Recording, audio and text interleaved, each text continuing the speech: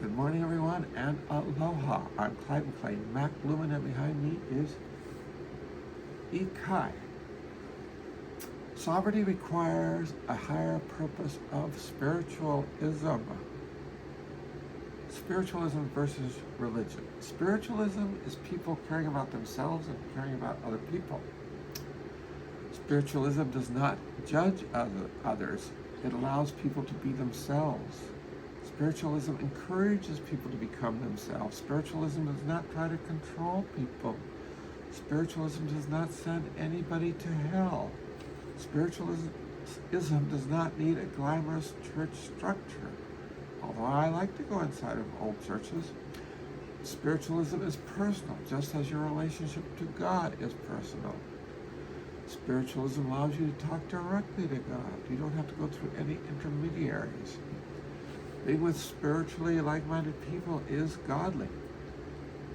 Religions have borrowed from ancient spiritualism, added power and control through fear dogma, and have turned spiritualism into religious institutions for power, control, and for money. Again, I tend to fall in love with congregations, but once preachers start talking, I oftentimes have to leave. Or get on my cell phone. I used to get on my cell phone on my notes and just write things that had nothing to do with the sermon. God does not have ears or a physical form.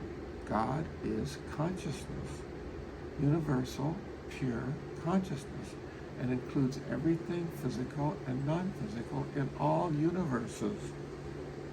Consciousness is universal, not personal, meaning we all experience consciousness the same way, like the air we breathe. That's consciousness. We all have the same consciousness.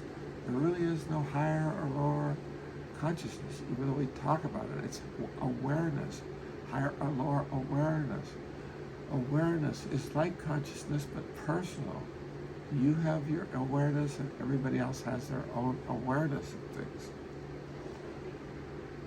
Personality is ego. We are born into ego with our first breath. Human beings are the only animals born crying and screaming. This is ego.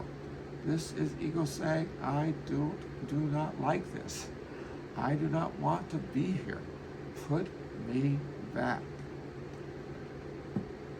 There's much more to life than we know. My Tai Chi teacher, Gregory Fong. I took my first class at a Gurdjieff work farm south of Portland. Gurdjieff was also a teacher, and I participated in that teaching for almost 10 years. Gurdjieff was about attaining higher levels of consciousness, which is spiritual.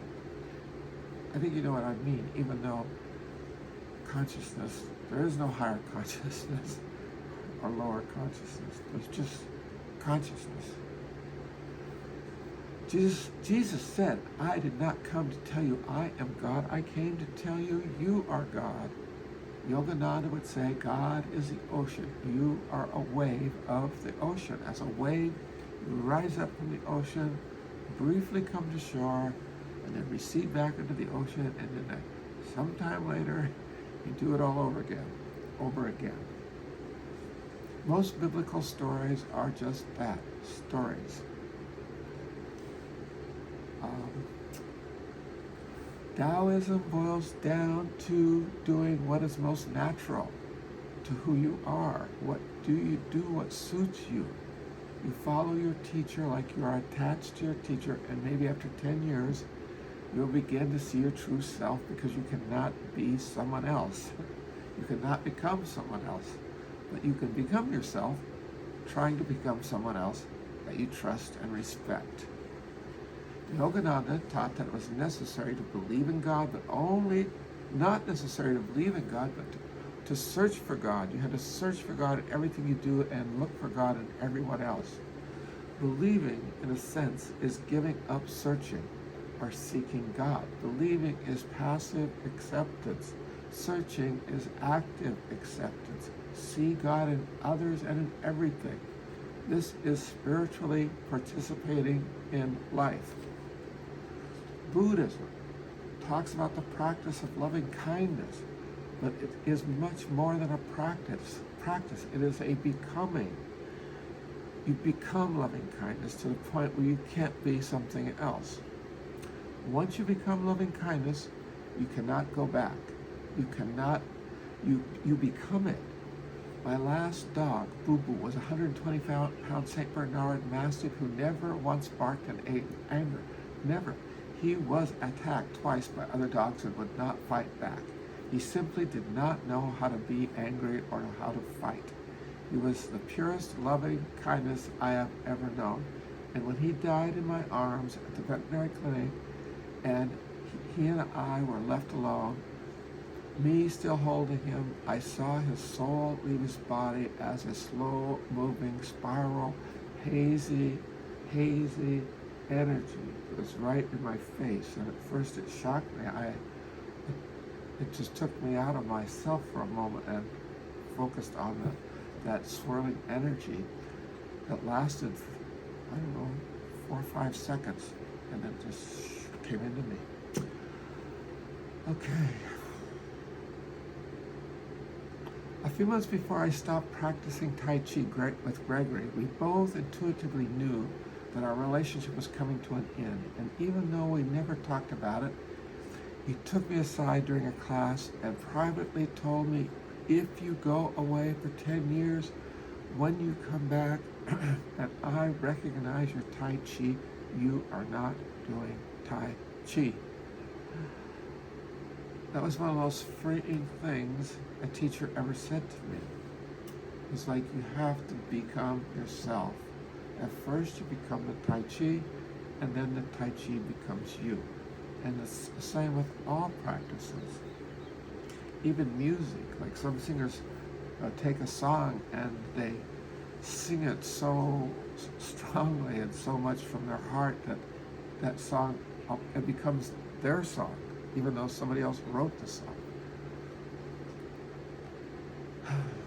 Gregory Fong was giving me permission to be myself, to follow my own nature, no one else's. If I had stayed with him, he would have continued to teach me himself, Gregory Fong. There is a point when every good teacher says, no more. You both know when that time comes, when it's getting close. We crossed paths dozens of times over the next 25 years and know the energy within our relationship. And through the energy within our relationship, I ended up sitting next to him, right next to his bed, and staring into his face when he took his last breaths of life. 3 hard breaths. And on the second breath, I said quietly to let go. You just gotta let go. And he took one more breath. That was it. And then the tears just rolled. And again, I got hit in the chest with an energy that I've only experienced one other time, which was with Boo Boo. Tai Chi, Qigong, yoga, and other sacred meditative practices involve working with life force energy. The energy that creates life. It is a force, an invisible force that pushes everything forward to its sacred conclusion. And it starts all over again. It was hard to let go. It's been a lonely path. And after 35 years, I have begun finding myself by teaching again. So I teach meditation 3 days a week through the University of Hawaii through a program called Osher. Not teaching Gregory Fong or anyone else, but teaching me who I am the best I can. I'm not perfect, but I'm always searching for God in me through teaching. Every human being, everything in existence, everywhere, in all worlds, is a separate expression of God. Mahalo.